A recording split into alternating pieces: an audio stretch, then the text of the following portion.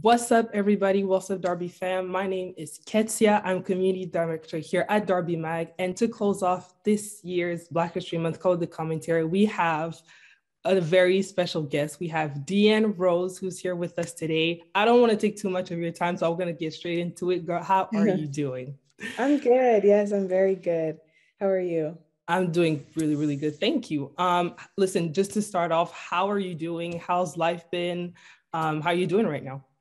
Yeah, I'm doing good. I just got back from the Arnold Clark Cup with Team Canada. So we had 3 games against Germany, Spain, and England. And yeah, it was a good step forward for us. So now I'm excited to have a game coming up with Reading in the FA Cup. So yeah, exciting times, busy games all the time. But yeah, so it's good times. That must be fun. That's a cool busy, Yeah, to kind of it be. is. It really is. I feel like, I mean, it can definitely get stressful and like on the body, but essentially this is what we want, like games all the time. Like that's the funnest part. So Absolutely. And, we've been watching you guys at the Arnold Club Cup, and it was amazing. It was a great ride. You guys have been putting some great results. And I think by now, people should be knowing that, Canada's not a team to play with. But you guys are just adding Mhm. even more to that. And I think it's just great. It's just Exactly. amazing. Yeah. So you guys have been doing great. And how's Reading? How's life in Europe? Did you have any like culture shocks or anything that you've been experiencing? How's it doing out there? Yeah, I mean, I really like it. My teammates have been so nice with me and like so inviting. So I think that really helps coming to a new country. But yeah, I've really liked it. London is really close. So I've had my family come and visit me and we visit London a lot of times. Culturally, it's definitely different. Like even like the accent, different like slang type things Right. are different, but I've slowly but surely adjusted a little bit more than at the beginning. So yeah, it's a work in progress. Yeah, for sure. And first of all, we're going to get into just getting to know you a bit more. So, how did you get into football? What's your story with it? And you can elaborate on that as much as you want. Yeah, my mom put me in football when I was young. I was like 4 years old. She just put me in house league in Alliston, Ontario, for anyone that knows where that is.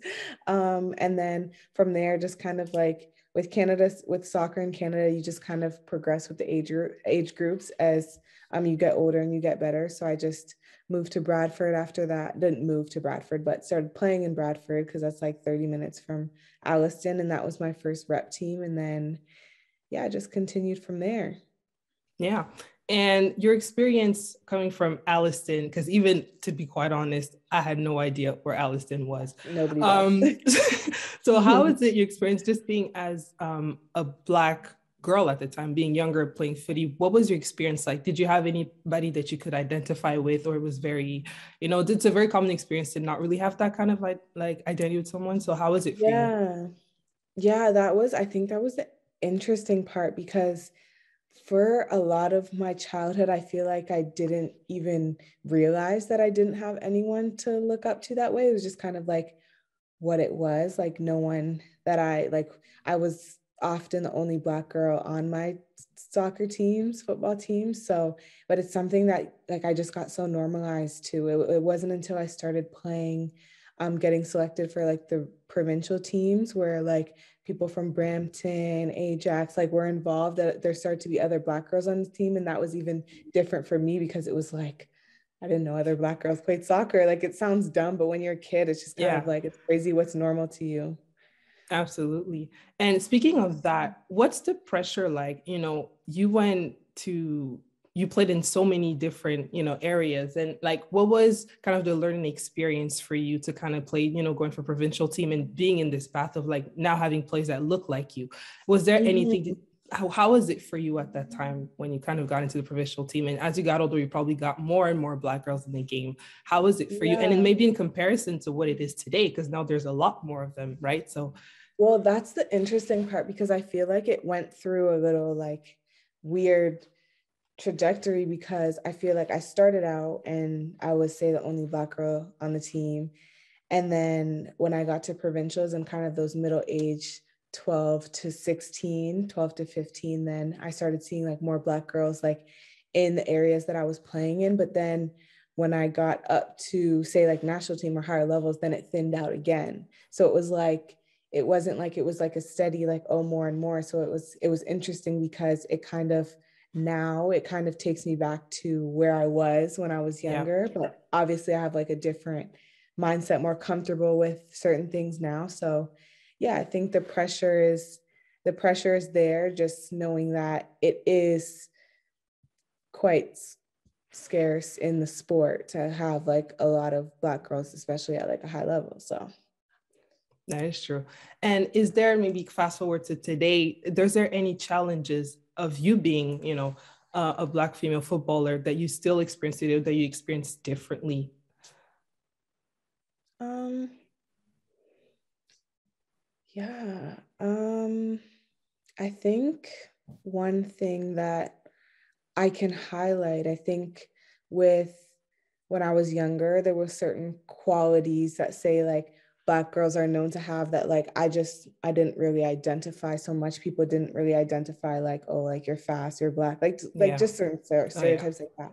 Whereas you're athletic, you're strong, like those type of things. Whereas now I feel like as I got older and I'm only like Black girl and I'm more mature, I guess people feel more comfortable. I don't know what maturity has to do with that, but people feel more comfortable saying those things. Like I feel like I'm more identified with that Mm-hmm. than I realized when I was a kid, which is different. Yeah. And, that's really good because especially with social media nowadays, players are not able to be a lot more vocal about the cause that they have at heart, about the things that matter to them. And, when you look, when we were younger, social media was not that big of a thing. And now maybe that you are the player that someone can identify with, like Yeah. through social media and through the, just by you just being there. So, oh my God, there's actually Yeah. someone out there that looks like me. How does it feel? Exactly. That's been a very gratifying feeling.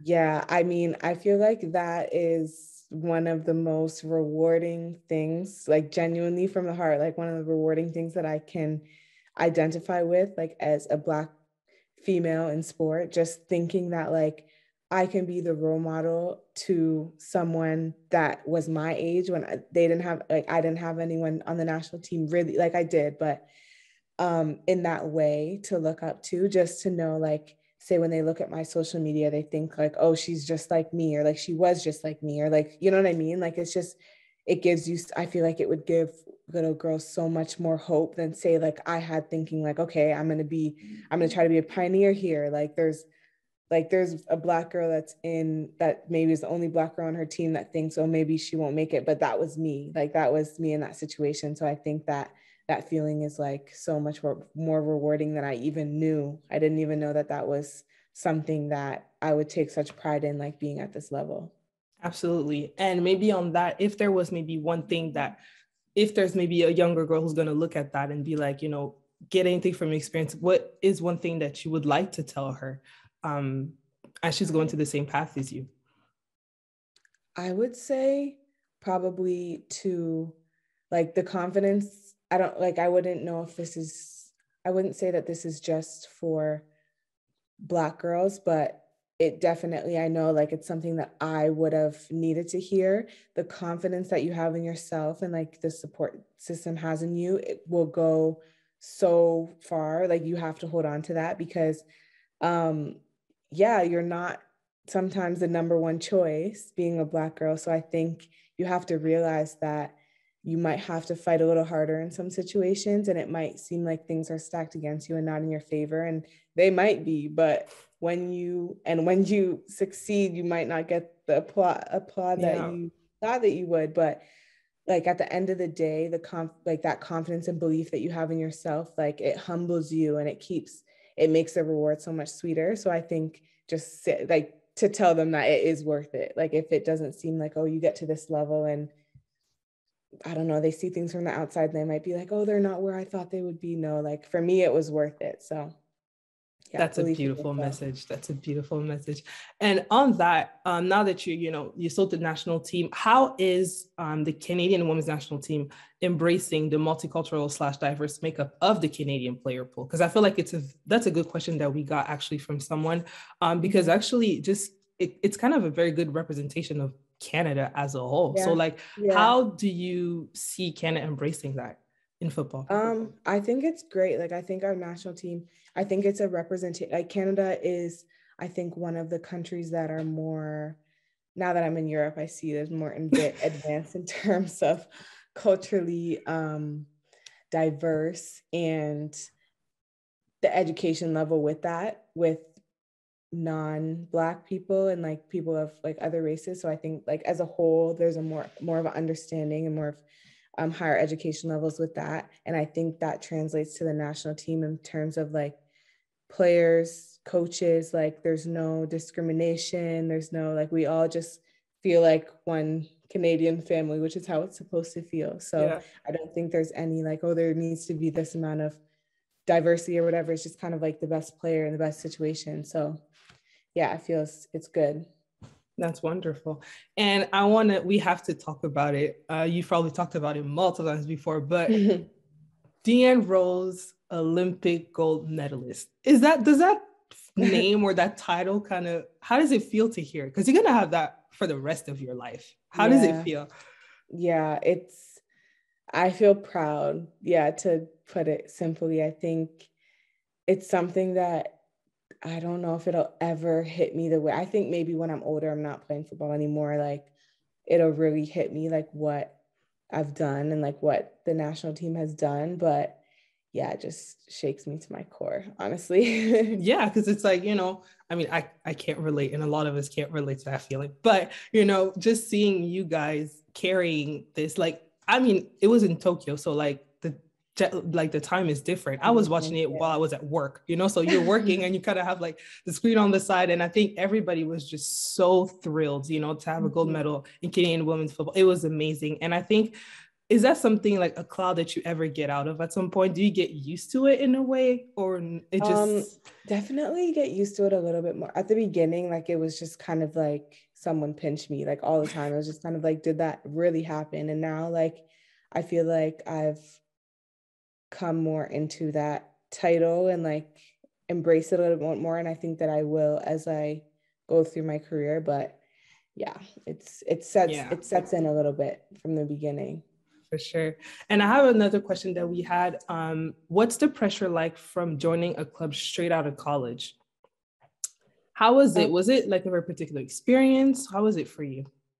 Yeah, it was an interesting experience for me just because like I always had that national team experience as well. So you had it early. Like, yeah, I find like it's different because I kind of went like up here with the national team to down here to like middle. Like I feel like pros kind of like that perfect balance between college in America and the national team for me. So I think I can't forget about that national team experience that I had, but like I think the biggest difference in like the pressure of like performing every game, I feel in college there's a little bit, you can not slack, but there's a little bit of room to people aren't watching all the time, the stage isn't as big, so being on that bigger stage week in and week out is opposed to just every couple of months with the national team is a lot of pressure. But I actually really like it. Like I think it makes everything more exciting and makes there be more like purpose in sport. So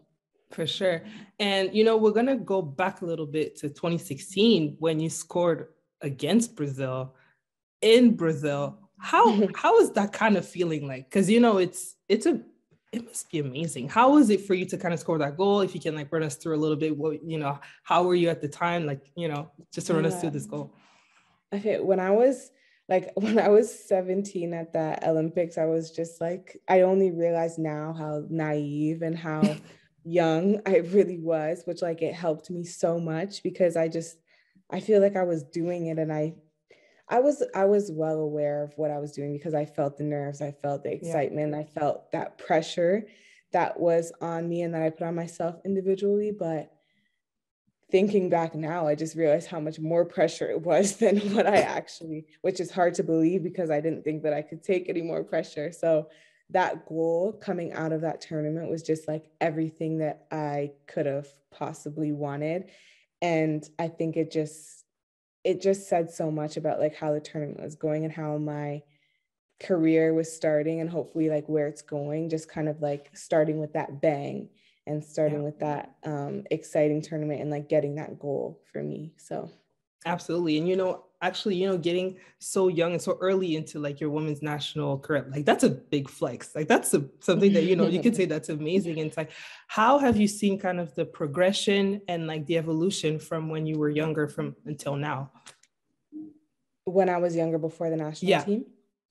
Yeah, well, in terms of diversity, like there's so much more now than when I was younger, which is great, I think, because again, like more role models for people to see people doing what they want to do that look like them. So I think that's a main part. And I think just it's more of like a collective environment than like what I've seen or like, and the level and drive of the players and individuals like moving across the world, playing in like some of the top leagues on the top teams. Like I think that's something that we haven't necessarily seen before with the national team specifically. So just like knowing that we have players that are internationally competing at that level like every week, and yeah, it just makes the team better. That's great.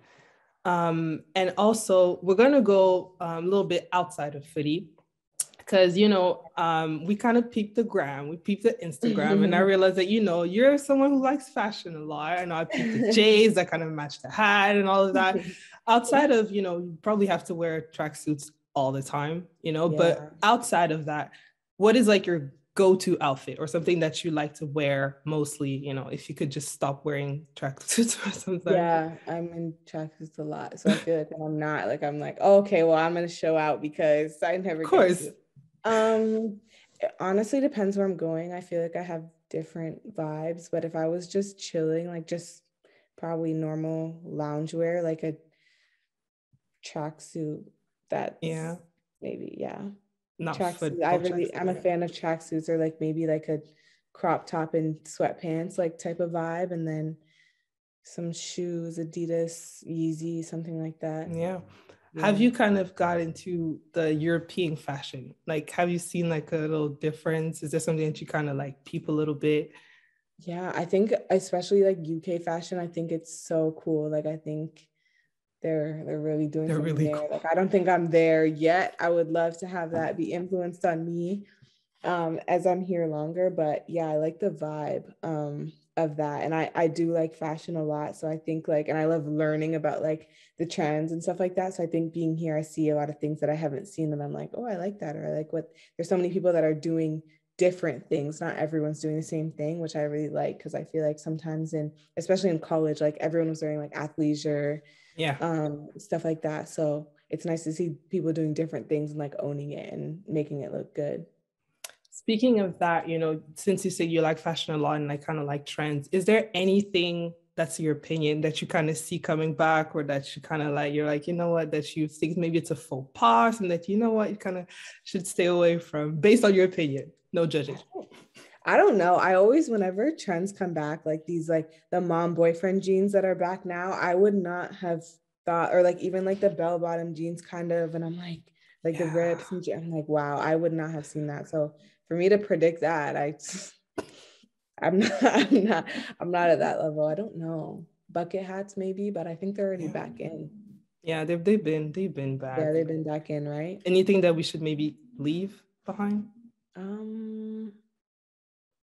Or you're more to like anything, if anything fits, you can fit and take anything. You should kind of fit it properly. I don't know, actually, anything that we should leave behind. Definitely is. I just can't think of anything right now. And there's some things that sometimes make it come back. I know like the very, very thin brows, like in the 2000s, apparently it's kind of making it come back. I'm like, what about clothing wise? Do you think, is there anything that you're like, are you reading back? I think the low, like, the low jeans, like the low rise jeans, the super, like, you think those will come back? Okay. I've seen people wearing them though. Really? Yeah. Okay. I don't know. I'm not judging. I could see that coming back. I could see how that would come back. I almost forgot that like high rise jeans are the there's a thing now. They are. But hey, I'm not judging.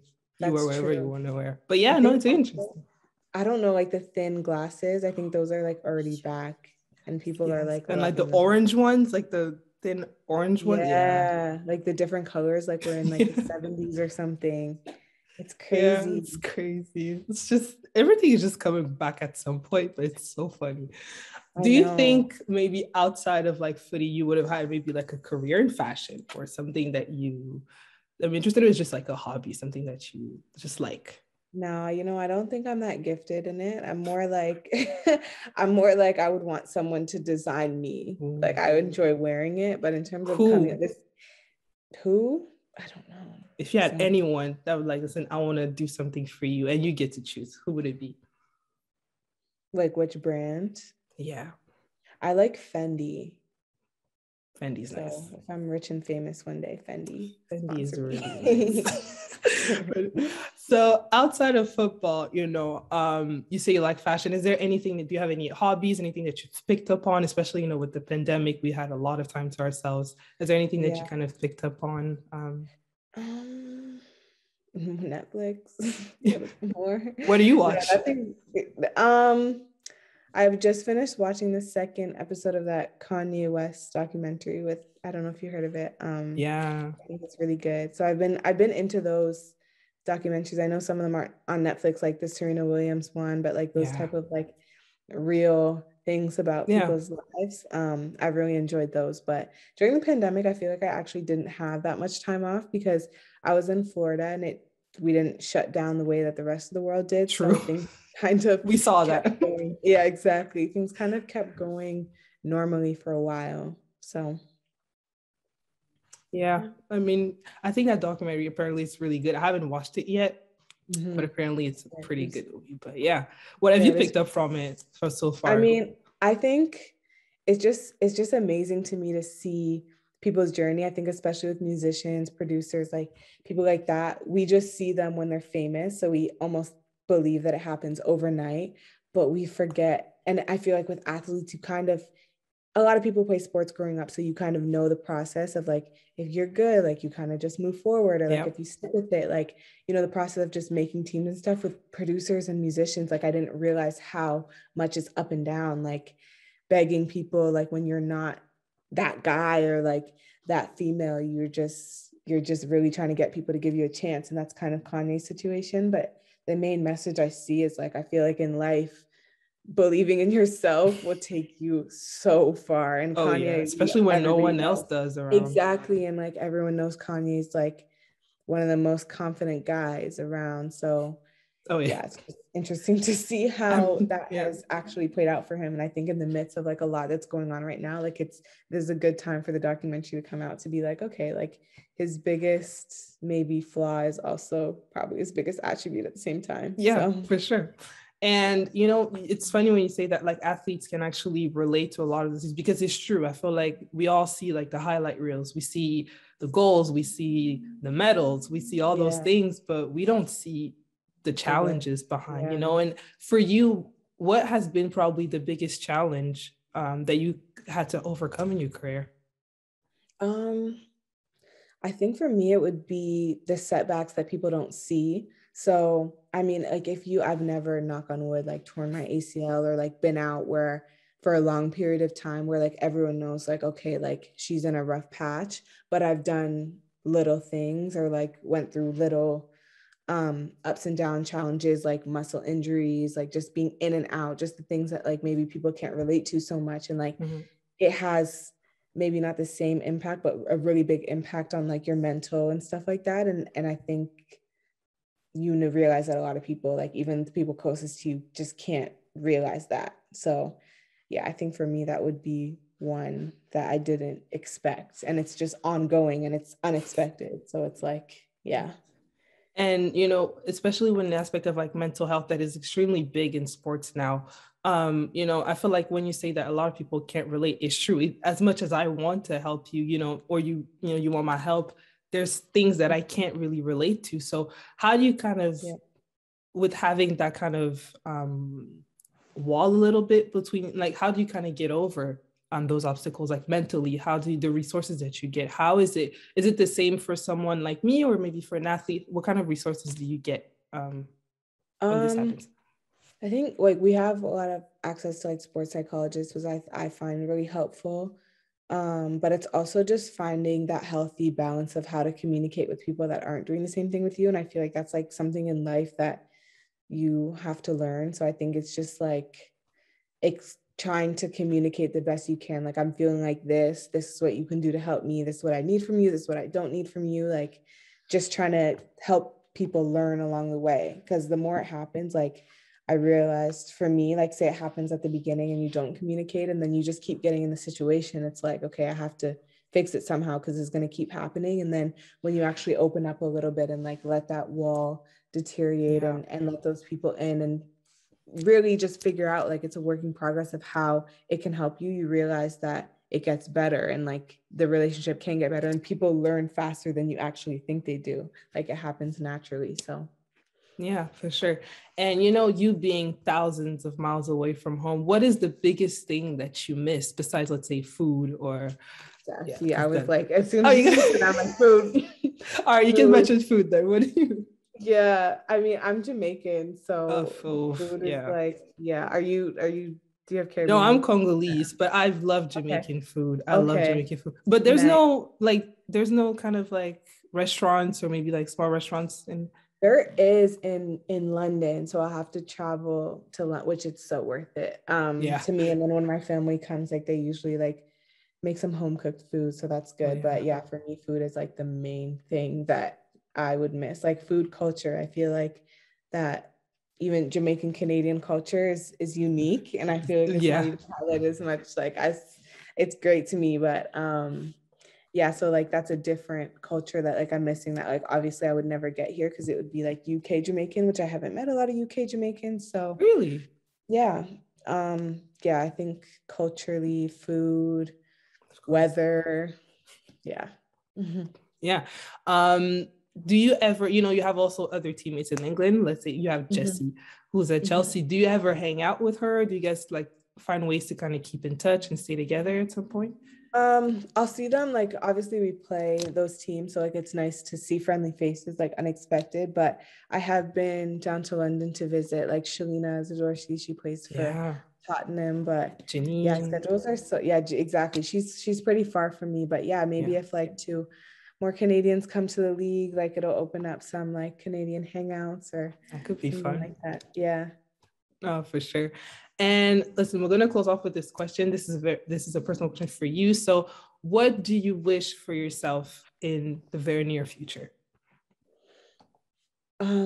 Yeah, for me it's just consistency. I think playing wise, just yeah, mentally, physically, playing wise, I just hope for like consistency and just kind of keep the trajectory that I'm on going, and staying healthy and performing at a high level and just progressing the way that I can to inspire, like we talked about before, but then also like achieve my goals and like become the player and fulfill the potential that I have. So For sure. And you know what? This is exactly what we wish for you. thank And you. we want to listen. Thank you for spending time with us, for chatting with us. I know this is going to be a really, really gratifying interview. I know people will like it. People got to know you a little bit more. And I want to thank also everyone who participated in this series. This was truly, truly, truly a pleasure to hear from all these people who had their story to share. And I hope that you guys enjoyed as much as we did to producing them. So we'll see you guys next year for another series of Call the Commentary.